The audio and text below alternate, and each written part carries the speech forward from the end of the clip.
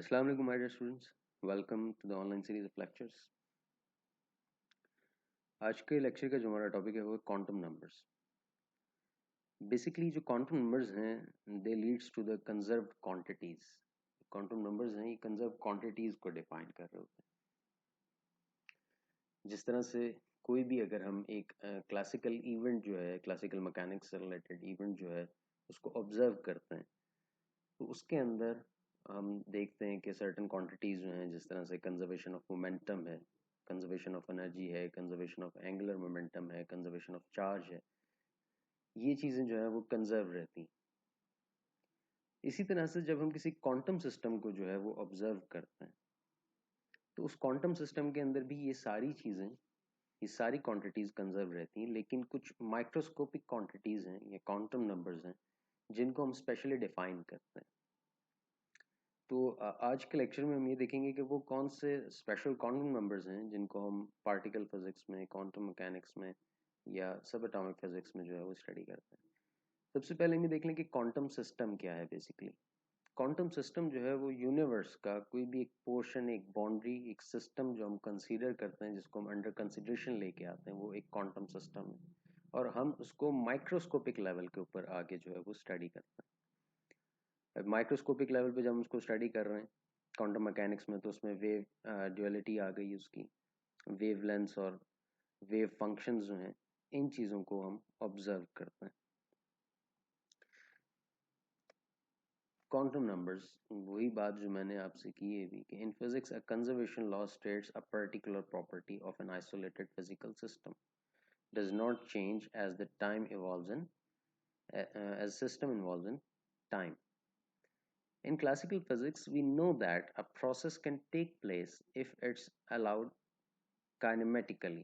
We are familiar with some of such properties like energy, momentum, angular momentum, charge, which are conserved in classical reaction. काइनेमेटिकली अगर कोई भी body जो है वो कोई रिएक्शन प्रोड्यूस कर रही है, किसी किस्म का कोई मोशन जो है वो परफॉर्म कर रही है, तो उसके अंदर हमें ये कुछ क्वांटिटीज जो है, एनर्जी, मोमेंटम, चार्ज, इस तरह की क्वांटिटीज कंजर्व नजर आती हैं. These properties also remain conserved in a quantum process or reaction. Besides these, there are certain new properties called quantum numbers which are relevant in microscopic physics only. जो सिर्फ microscopic level के ऊपर जब हम system को study करते हैं तो वहां पे हम ये स्पेशल क्वांटम नंबर्स जो है उनको डील कर रहे होते हैं. जिस तरह से बैरियन नंबर है, that is a quantum number.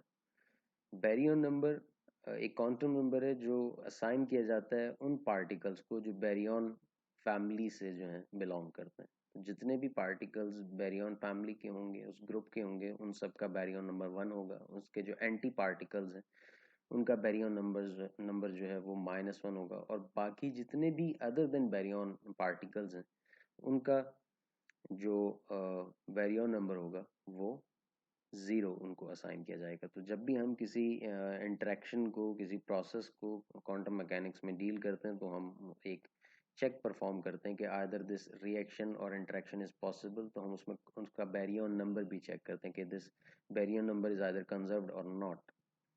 जितने भी क्वार्क्स हैं उनका जो बैरियन नंबर है वो 1/3 और जो एंटी क्वार्क्स हैं उनका जो बैरियन नंबर है वो -1/3. अब जो भी हमारे पास एक बैरियन होगा, जिस तरह से प्रोटॉन है, तो उनके जो क्वार्क्स होंगे, तो जो बैरियन का जो प्रोटॉन का जो नंबर होगा, बैरियन नंबर होगा प्रोटॉन का, वो उसके जो क्वार्क्स हैं उनके बैरियन नंबर्स के सम के इक्वल होगा. अभी हम आगे इसकी एग्जांपल भी देखते हैं. A quark of one color with an anti-quark of corresponding anti-color giving a meson with baryon number 0. कि दो अगर क्वार्क और एंटी क्वार्क, एंटी कलर्स के आपस में मिलते हैं तो उनसे एक बैरियन जो है वो बनता है, मेसॉन जो है वो बनता है और उसका बैरियन नंबर जो है वो 0 के इक्वल होगा. क्योंकि जो दोनों क्वार्क हैं उनका जो बैरियन नंबर है वो 1/3 और -1/3 जब उनको ऐड करेंगे तो it will give 0. 3 quarks of different colors giving a baryon with baryon number 1. और इसी तरह से अगर 3 anti quarks of anti colours जो हैं वो मिलते हैं तो उनसे जो हमें बैरियन मिलेगा उसका जो बैरियन नंबर होगा वो -1 होगा। तो एंटी बैरियन जो है वो एंटी क्वार्क से मिलके बनते हैं और जो बैरियंस हैं वो क्वार्क से मिलके बनते हैं। ये हमारे पास कुछ एग्जांपल्स आ गई यहाँ पे, जिस तरह से प्रोटॉन और neutron, they are well known baryons. तो इनके जो क्वार्क कंटेंट हैं, जो कॉन्स्टिट्यूएंट्स हैं, जो क्वार्क इनमें इन्वॉल्व है, वो भी आगे टेबल में लिखे हुए हैं। जिस तरह से प्रोटॉन के जो क्वार्क्स हैं वो है up up and down.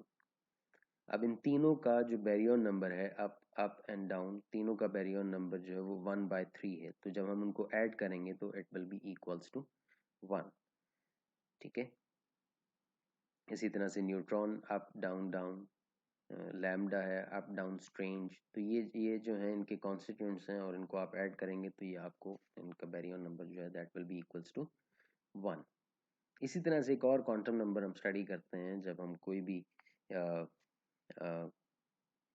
Quantum event जो है उसको ऑब्जर्व करते हैं, किसी भी इंटरेक्शन को ऑब्जर्व करते हैं, तो उसमें लेप्टॉन नंबर को भी हम चेक करते हैं। अगर लेप्टॉन नंबर जो है वो कंजर्व है तो वो इंटरेक्शन, वो रिएक्शन पॉसिबल है। अगर ये कंजर्व नहीं है तो वो हम उसको फॉल्स करार दे देते हैं कि ये जो इंटरेक्शन है ये पॉसिबल नहीं है। Lepton can either carry 1 unit of electric charge और बी न्यूट्रल। जो लेप्टॉन्स हैं इनका या तो नेगेटिव होता है चार्ज या वो न्यूट्रल होता है। लेप्टॉन फैमिली के अंदर कौन कौन से मेंबर्स हैं? इलेक्ट्रॉन्स हैं, म्यून्स हैं और टॉस हैं।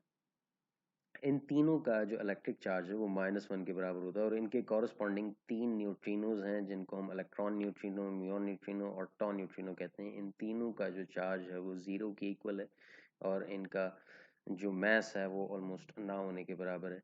जो इलेक्ट्रॉन है वो लाइटेस्ट इलेक्ट्रॉन जो है वो लाइटेस्ट लेप्टॉन है, जिसका अगर हम कंपैरिजन करें मैस का विद द प्रोटॉन तो that is 1/1840 times lighter than proton. Muons are heavier having more than 200 times as much as electron. जो म्यून्स हैं वो 200 टाइम्स हैवियर होते हैं इलेक्ट्रॉन से। और जो टॉज हैं वो approximately 3700 times more massive than electrons. तो इस फैमिली के अंदर जो सबसे मैसिव पार्टिकल हैं वो टॉज हैं। Each charged electron has assigned a neutral partner, जैसे मैंने आपको बताया, जिसको हम न्यूट्रिनो कहते हैं। वो जिस तरह से इलेक्ट्रॉन म्यून टॉ है, इसी तरह से उनके इलेक्ट्रॉन म्यून ऑन टॉ और टॉ न्यूट्रिनोज हैं। That has no electric charge and no significant mass. Moreover, all leptons, including the neutrinos, have antiparticles called antileptons. The mass of the antileptons is identical to the leptons, but all the other properties are reversed. कि जो जितने भी leptons हैं उनके anti leptons exist करते हैं और उनके सारे जो प्रॉपर्टीज हैं, मैस वगैरह, वो सब अपने पार्टिकल के जैसे होती हैं एंटी पार्टिकल की, लेकिन बाकी जो स्पिन वगैरह है वो उनके रिवर्स्ड होती हैं।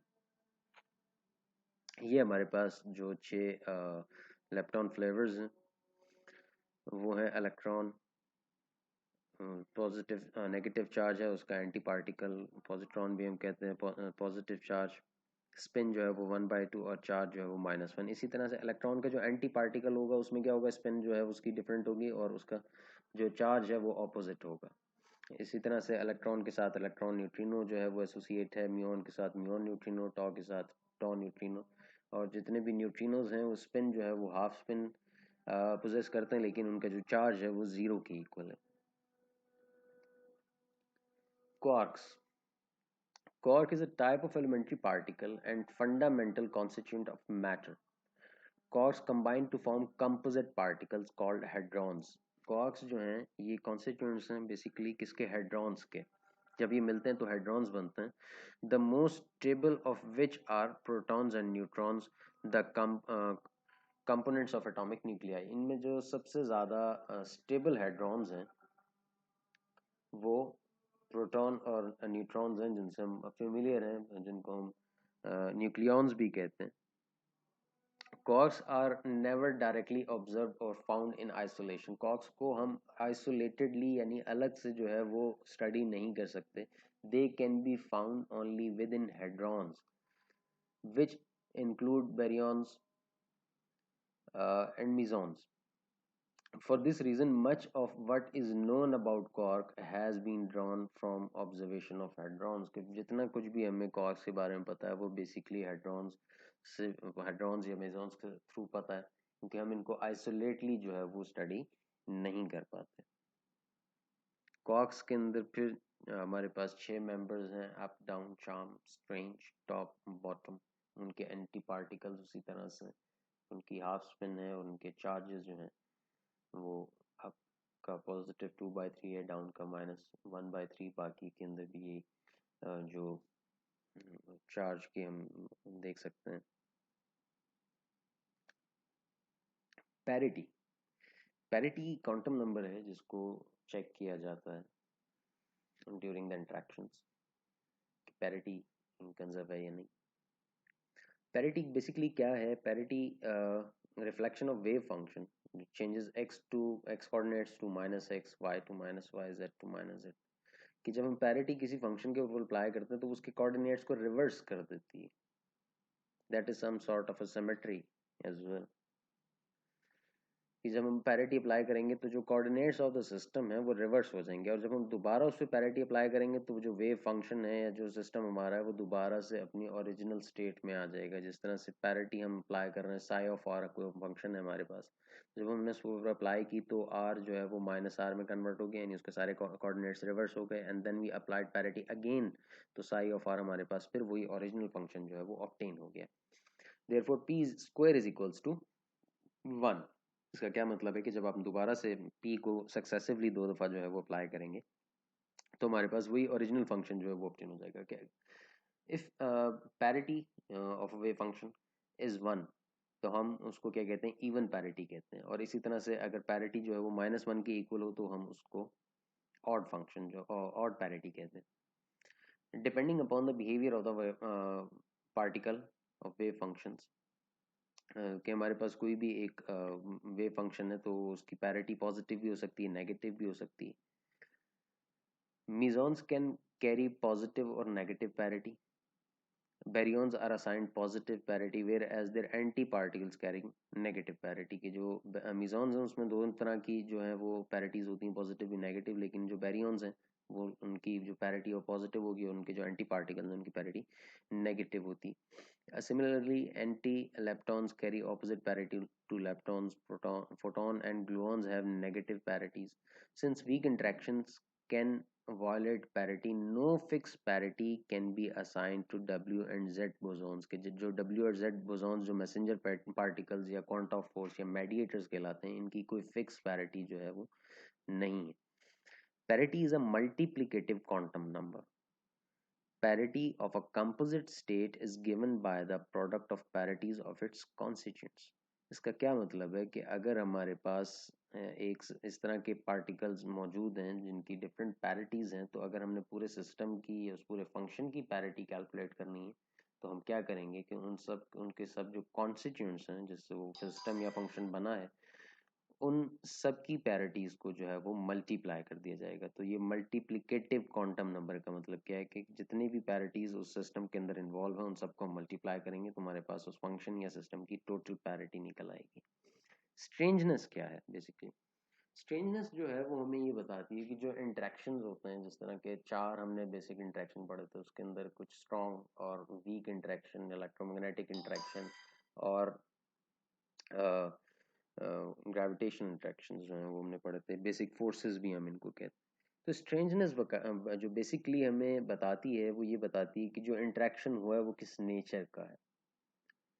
Soon after the discovery of the hadrons, it was realized that these particles were behaving in a strange manner. They are producing through the strong interactions and have large production cross sections. However, they have lifetimes characteristics of weak interaction। कि वो उन जो particles जो हैं वो generate हो रहे हैं कुछ इंटरेक्शंस के अंदर, उनके जो लाइफ टाइम कैरेक्टरिस्टिक्स हैं वो वीक इंटरेक्शन जैसे हैं। Their decay are always by way of weak interaction और in few cases weak electromagnetic interaction.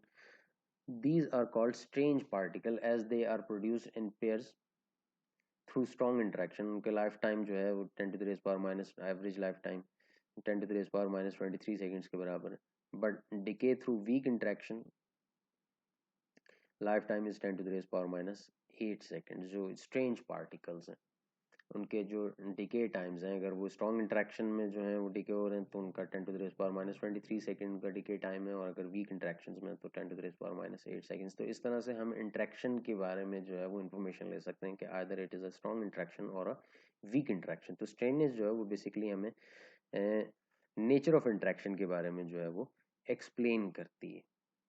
तो स्ट्रेंजनेस हम निकालते हैं to see the nature of the interaction. तो ये बेसिक क्वांटम नंबर्स हैं जो हम माइक्रोस्कोपिक लेवल पे किसी भी क्वांटम सिस्टम में जो है वो ऑब्जर्व करते हैं। तो ये उन टिपिकल क्वांटम नंबर से डिफरेंट है जो आमतौर पे हम क्लासिकल मैकेनिक्स के अंदर स्टडी करते हैं। और जो क्वांटम नंबर्स हैं they are basically leads to the conserve quantities. तो जब भी हम कोई सिस्टम या किसी इवेंट को, किसी इंटरेक्शन को ऑब्जर्व कर रहे होते हैं तो उस इंटरेक्शन की या उस इवेंट की जो वैलिडेशन है वो डिपेंड करती है इन क्वांटम नंबर्स पे। अगर हमें इनकी कंजर्वेशन जो है वो नज़र आती है कि ये क्वांटम नंबर्स जो हैं वो कंजर्व हैं उन इंटरेक्शंस के अंदर, तो वो इंटरेक्शन जो है वो पॉसिबल है, वो वैलिड है। और अगर इनमें से कोई भी क्वांटम नंबर जो है वो वायलेट होता है तो हम यही कहते हैं कि ये जो इंटरेक्शन है, ये जो इवेंट है, ये पॉसिबल नहीं है। तो ये बेसिक क्वांटम नंबर्स से जो रिलेट करते हैं पार्टिकल फिजिक्स से या क्वांटम मैकेनिक्स से। I hope you people will understand it well। इससे रिलेटेड कुछ एग्जांपल्स या इंटरेक्शंस जो हैं I will be sending you, जो आप क्रॉस चेक करेंगे कि either these interactions are possible और not. So in the last, stay home, stay safe, take care, Allah Hafiz।